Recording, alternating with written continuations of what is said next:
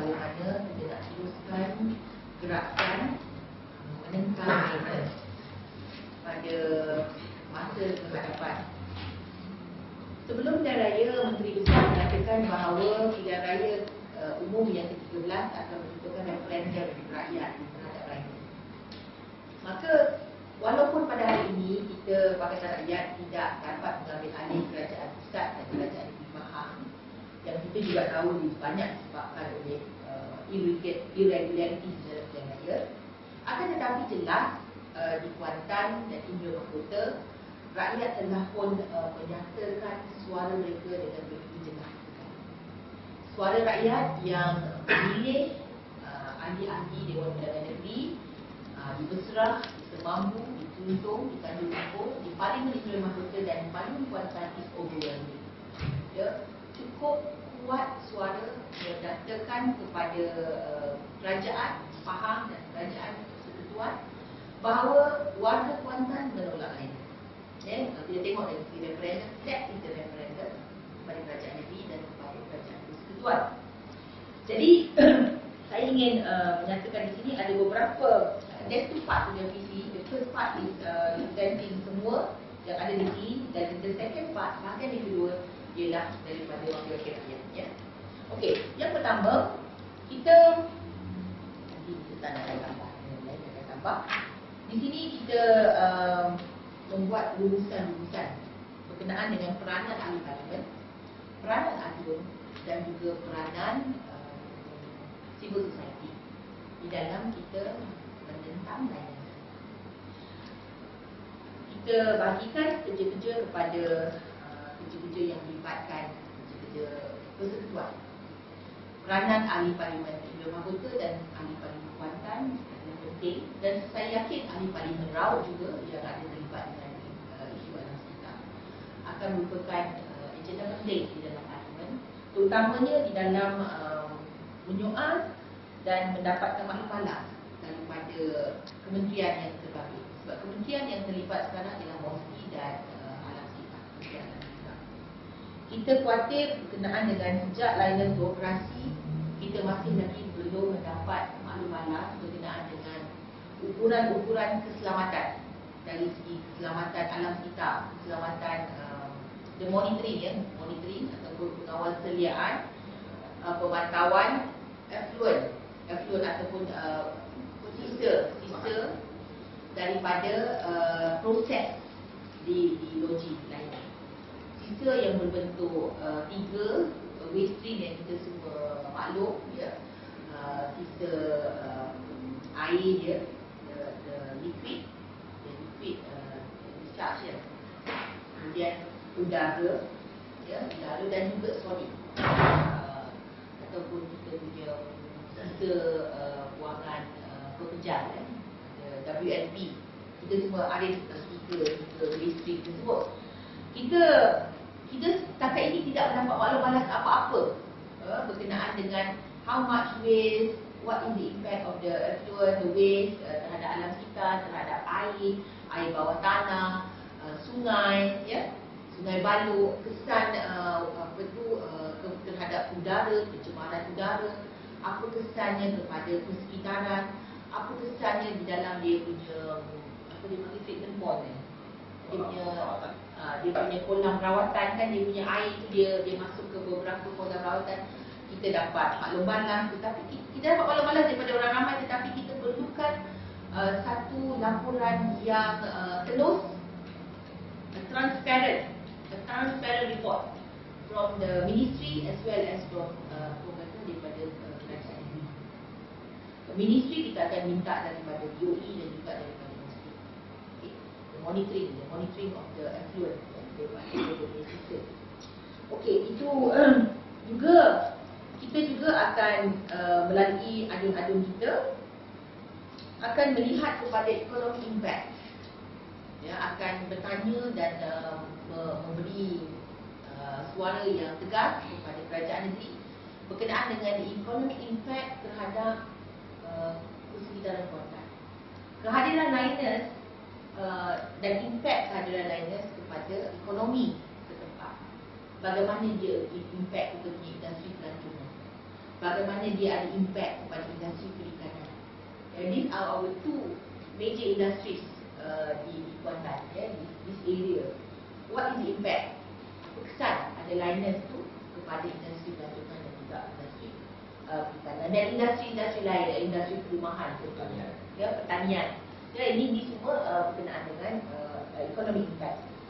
Kita juga membuat keputusan bahawa kita mahu kerajaan negeri bertindak telus kepada seluruh warga Kuantan berkenaan dengan bagaimana liners juga ada kesan terhadap supply air kepada warga Kuantan.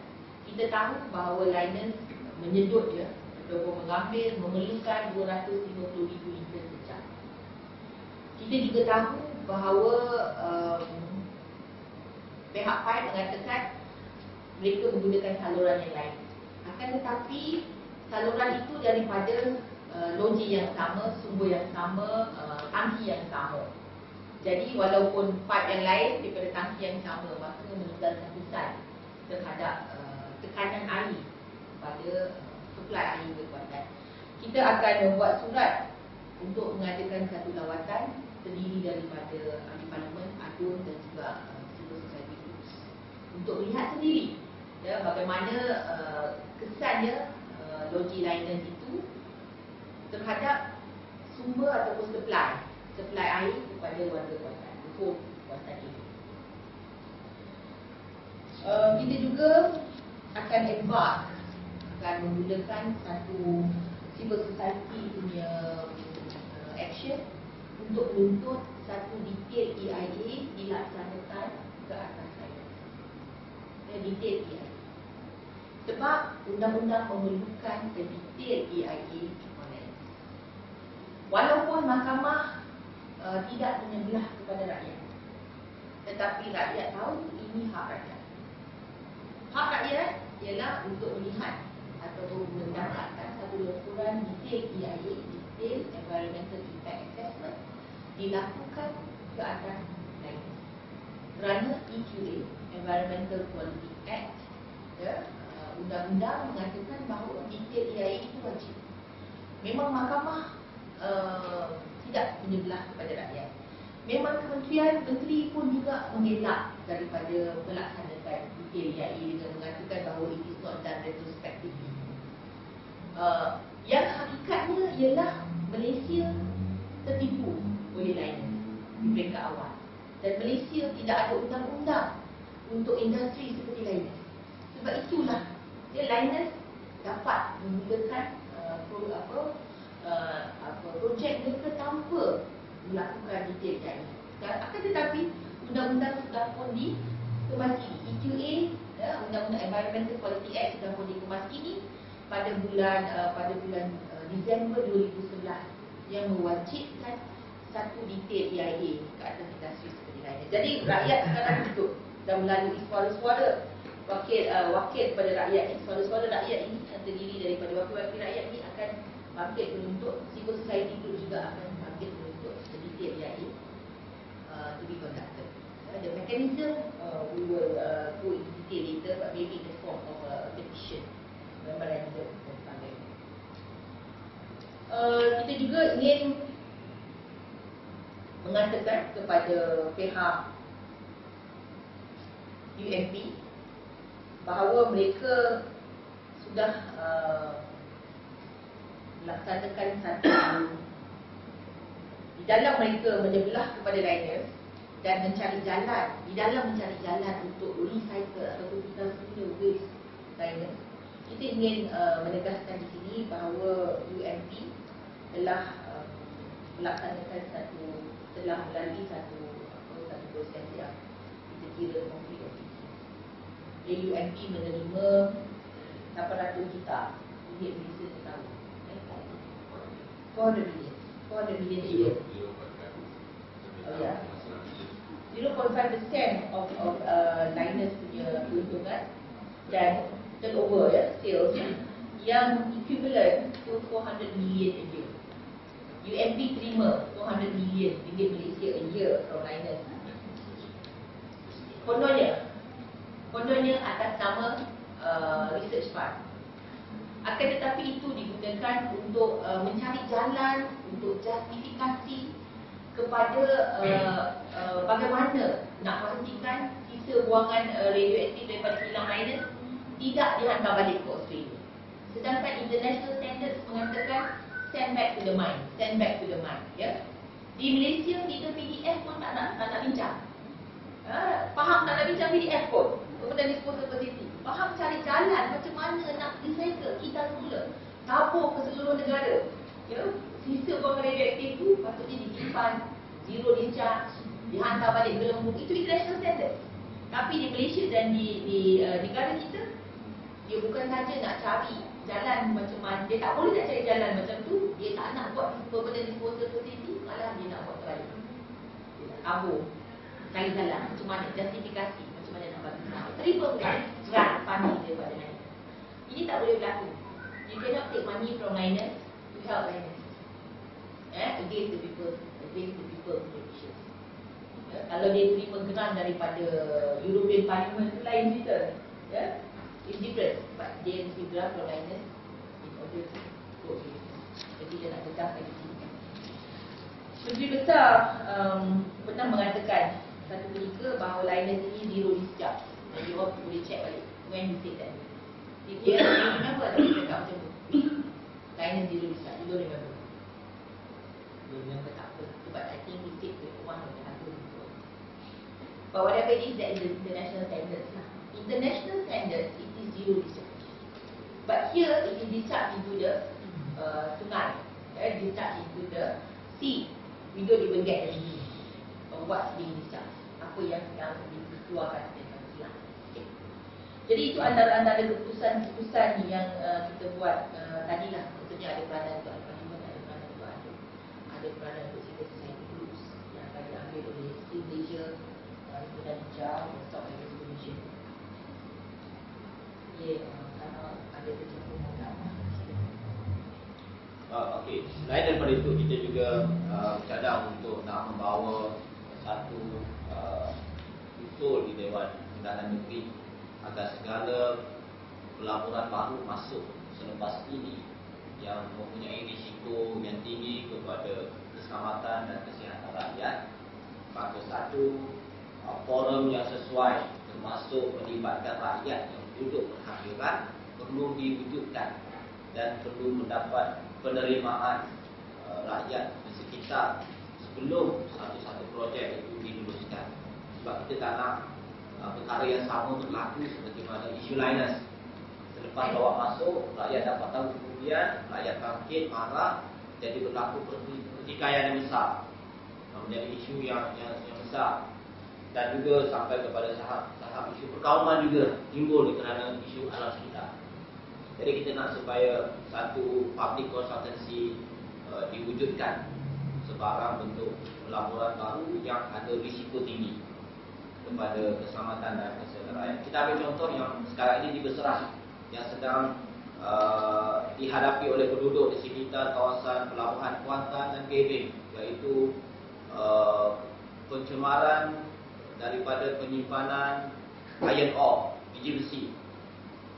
Dia telah mencapai satu tahap yang kritikal kerana saya dapat maklumat, hari ini saya nak jumpa tu ada seorang disahkan sakit disebabkan oleh debu, disahkan oleh doktor disebabkan oleh debu pencemaran daripada iron ore. Hamam biji besi ini simpan berhampiran dengan tempat tinggal dia, kawasan kampung, dan kampung itu dipenuhi dengan debu siang dan malam. Mereka terpaksa hidup dalam suasana yang sangat tidak selesa. Benda ini telah disuarakan 2-3 tahun yang lepas, tapi tidak ada sebarang tindakan diambil. Jadi saya rasa ianya satu kecuaian yang besar daripada pihak yang mengutamakan keuntungan semata-mata dan membelakangkan keperluan rakyat. Saya rasa kalau kita nak tinjau, saya akan bersama-sama dengan daripada Jabatan Alam Sekitar, saya akan bertemu dengan mereka. Kita akan bawa bersama untuk kita nak selesaikan masalah ini. Okay.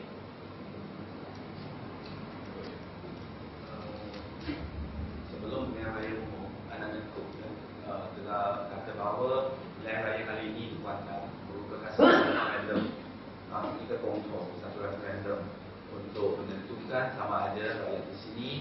menolak ataupun menerima minus. Maka kita melihatkan prestasi ataupun keputusan pilihan raya kali ini antaranya Parlimen Kuantan dengan dibilang mahkota. Ya, kalau dua-dua parlimen ini diambil kira, kita menang dengan majoriti, ya, lebih melebihi 11,000. Ya, antaranya Indra Mahkota menang dengan lebih kurang 7,000 dan Kuantan melebihi 4,000. Ya, untuk majoriti. Jadi jelas rakyat Kuantan kali ini menolak, ya, projek minus. Dan sini saya menggesa anak Yaakob tunaikan janji dia, ya, ambil kuasa yang dia ada, ya, untuk mengambil tindakan.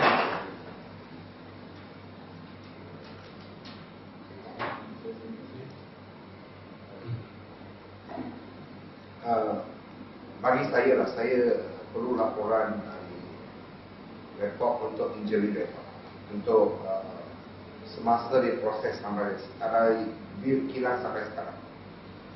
Berapa kes sudah berlaku dan akibat apa tindakannya susulan. Jangan cuba nak seronok perkara-perkara yang berlaku dalam kilang lain. Kita nak tahu semua rekod. Lagi satu yang saya nak tahu adalah mana solid waste dia nak hantar, mana dia nak simpan dan mana dia nak hantar.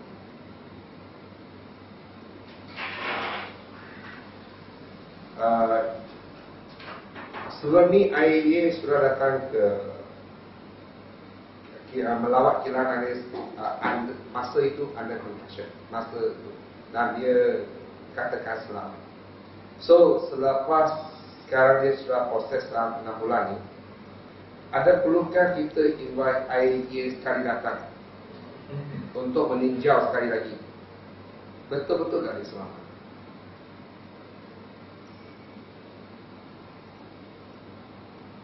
Dan kita kata kalau IAEA nak datang sekali lagi, kita nak cancel. Kita nak tahu siapa yang akan dipanggil. Sebab last time masa mereka datang, mereka hanya bawa 2 experts. Mereka tak bawa health effect, public health expert. Jadi environment mereka hanya bawa 2 experts. Jadi dia punya emphasis all this while ialah on mediation. Kita tengok you as reporters kan, you all boleh baca kementerian ke, menteri ke, state government ke, hanya bercakap dari sudut regulasi. Apabila mereka berkata selamat, mereka bercakap dari sudut regulasi. Mereka tak pernah bercakap dari sudut alam sekitar. Mereka tak pernah bercakap dari sudut public health. Ya? Mereka tak berani bercakap berkenaan impact pada environment. They dare not.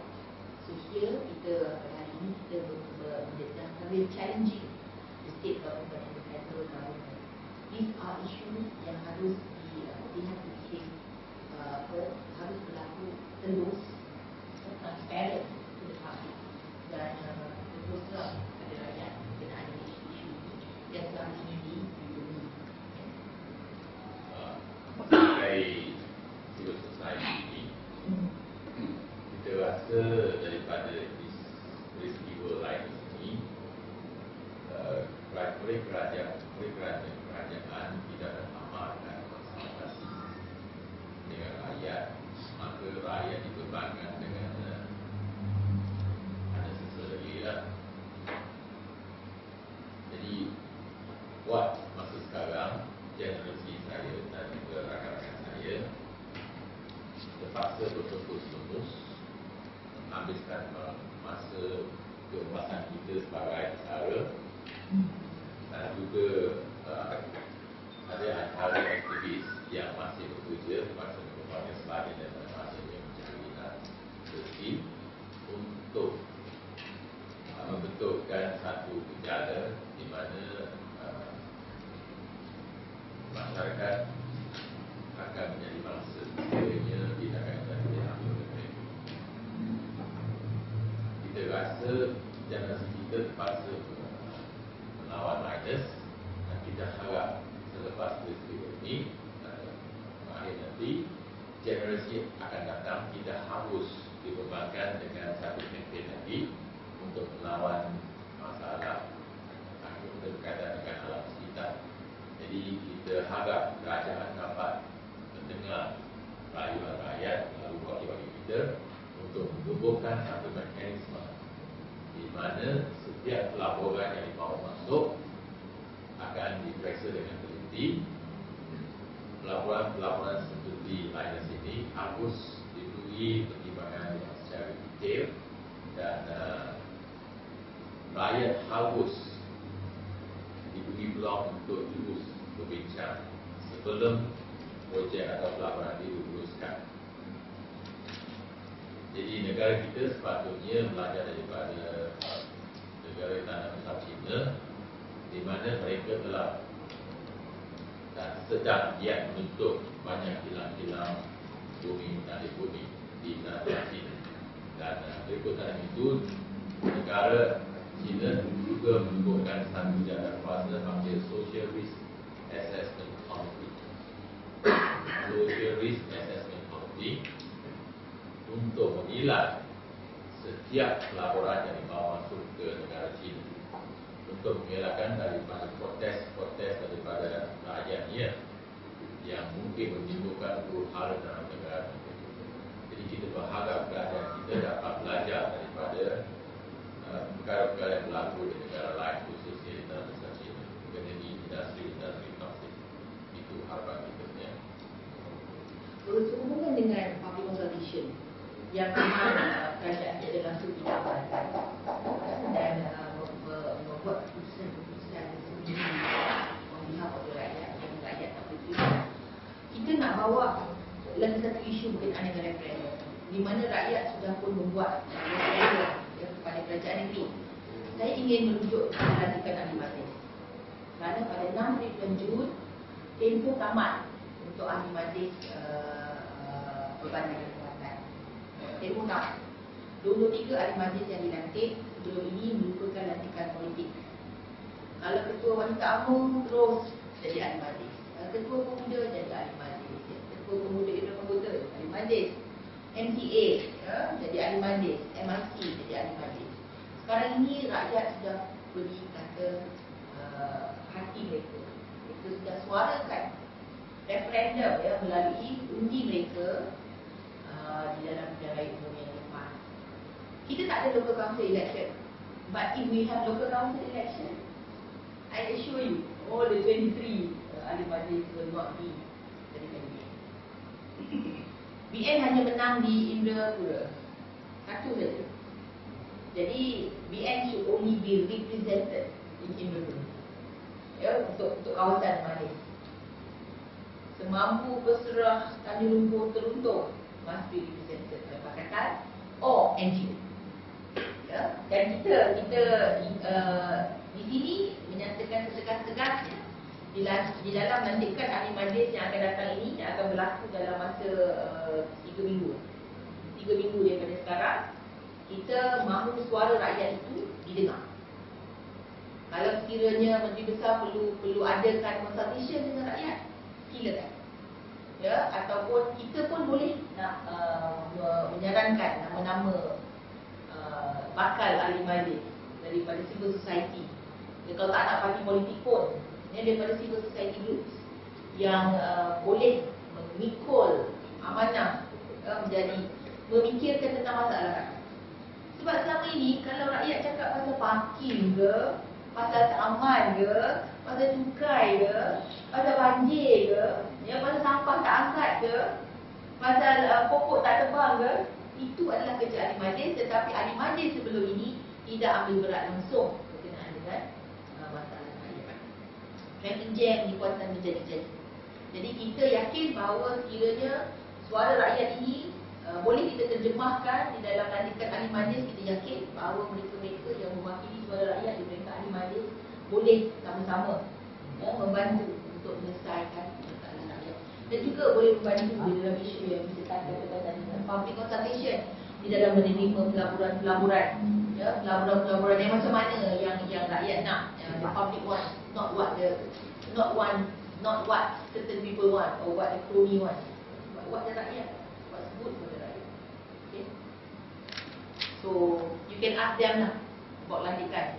We can even have kalau nak kita buat apa macam some sort of apa kata feedback from the rakyat, jadi macam organize feedback from the rakyat. Have town hall, buat consultation. Siapa dia yang rakyat nak wakili mereka? Sebab sekarang ahli majlis fikir pasal projek saja. The president dari majlis only think about project. They don't think about what the rakyat want, how to solve problem the rakyat.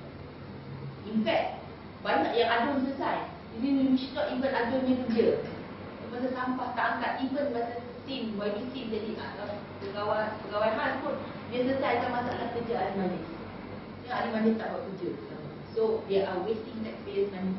Rakyat yang bayar cukai, rakyat yang ada hak bersuara, rakyat yang harus tentukan ahli majlis. So we want to see what the government will do, the state will do. Mungkin sudah ada cara-cara. Kita, we are 23. I mean, we can negotiate. If MB wants to see us, we are willing to meet. Yeah, we are willing to meet MB. And this goes for Raut also. It goes for Temeluk also. It should be proportionate to the voice of the rakyat. Yeah? We are willing to negotiate. Kalau nak bagi kota pun boleh. Yeah? Kota pun tak apa. How many from civil society like in Selangor? Yeah? We have a portion yang daripada civil society. So we are willing to negotiate. We are not being unreasonable, but we want him to listen to the voice of the rakyat. Dia nasiblah, dia tak kena tutup. Dia boleh dengar lagi.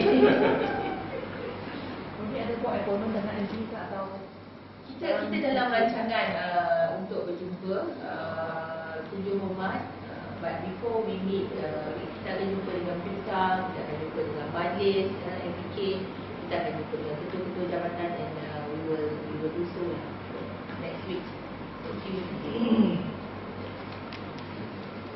jadi sekarang ramai yang katakan kuasa IM dimenang oleh kuasa rakyat kan. Jadi orang jumpa ada peruntukan, lepas tu orang nak minta surat sokongan apa nak. Lepas tu dia orang kata mungkin government dia memang tak faham. Tak dikira lah, ada tak recognize lah. I think that we have to be mature in terms of politics. Rakyat have spoken, rakyat telah menyuarakan siapa yang mereka pilih. Tak, rasanya tidak masuk akal kalau sekiranya rakyat di Keserah ni terpaksa minta tanda tangan adu Indrapura. Sebab semampu PKR, Teruntung, Tanjung Lumpur, semua orang Pakatan Rakyat. So tak buat besar ke Indrapura. Itu bukan menolong rakyat. Itu makin membuatkan rakyat makin benci pada dia. Jadi kalau dia nak supaya rakyat dia kembali menyokong mereka ataupun menghargai mereka, mereka kena menghargai rakyat juga. So kalau sekiranya mereka tidak mengiktiraf wakil rakyat daripada Pakatan Rakyat, sama ada tanda tangan pengesahan dan sebagainya daripada Pakatan Rakyat, ini menunjukkan mereka tidak mengiktiraf suara rakyat. Dan rakyat akan bertindak lebih daripada apa yang mereka buat. Jadi saya harap perkara ini dapat diselesaikan dengan matang, dan pihak agensi-agensi kerajaan harus mengiktiraf dan menerima tanda tangan daripada wakil rakyat di pihak Pakatan Rakyat untuk selesaikan semua isu rakyat, bukan untuk tujuan politik. Sebab macam nak buat pinjaman, matrikulasi, pengesahan, saksi, saya dapat juga 2-3 orang, tapi saya tak sign lagi lah. Peluang tak sempat lagi, saya tak sign lagi lah. Okay. Cuma problem dia, kalau saya sign, jangan ada konsekuensi, jangan ada repercussion, jangan ada tindak balas negatif kepada rakyat. Sebab rakyat akan bangkit semula lebih teruk daripada dia yang ke-13 kalau sekiranya mereka menggunakan isu. Kita juga nak beri ingatan kepada Pisah Pahang dan kepada semua yang berkuasa di Pahang, tolong jangan ikut contoh Menteri Besar Terengganu yang tak berapa jenis. Sebab politik balas dendam does not go down well. Tidak boleh disusun oleh rakyat. Politik balas dendam ialah politik UMNO, UNO, cara. Be professional. Terima suara rakyat, dan itulah yang diinginkan oleh rakyat. Kalau tak nak kesan yang lebih negatif 5 tahun lagi akan datang. we are really voicing the kehendak rakyat. Sebagai seorang rakyat, saya rasa tak masuk akal lah kalau Raja Pahang tak mau menyetirap kita punya wakil yang kita pilih melalui pilihan raya. Adakah Raja Pahang sedia atau Raja Keturunan sedia tak mau menerima bayaran tukar income tax? Sekiranya kita dapat beri kepada wakil kita, jadi kita lebih baik kita bayar terus kepada wakil kita dan biar dia cari orang tolong selesai masalah kita. Tak masuk akal. Terutama sama seluruh rakyat. Ya. Tapi Wadi mana-mana memang peruntukan dalam society kan, kalau dia dalam dia punya dia boleh juga peruntukan. Tapi sebab kata rakyat memang tak ada. Kami usahalah. Kami selama ini pun di Mesra, example di Mesra, kita dah 2 bulan, sebulan lepas, kami terpaksa berusaha sendirilah untuk menyelesaikan. Cuma kalau ada peruntukan, dia akan memudahkan, mempercepatkan proses. Kalau tidak ada, kita terpaksa minta bantuan daripada badan-badan kerjaya lain atau orang-orang individu untuk tujuan nak membiayai sebarang projek atau program yang kita buat. Jadi lambatlah sikit. NGO nak minta peruntukan. Kalau minta peruntukan, kita kata peruntukan. So okay, Kita kena buat projek. peruntukan ahli parlimen is part, dia parking dekat NGO, State Development Officer punya office dia. State Development Officer is under the federal government. Dulu bawah state government, now under the federal government. Saya tahu bahawa peruntukan satu juta untuk ahli parlimen yang seharusnya diberikan kepada NGO, satuan, surau dan sebagainya, dikawal oleh NGO. Okay. Dan disalurkan melalui political party before this. When last 5 years. Before that, disalurkan melalui FPU. Last 5 years disalurkan. Now they don't have anymore. Yeah? They don't have anymore ADO, they don't have anymore MP untuk mereka salurkan. Sebab itu, duit itu mesti tidak boleh tidak. We know where it is. We know how it is salur. Now they have no choice. They have to give it to others. They must be transparent. Maksudnya dia duit tu kena bagi Wadi.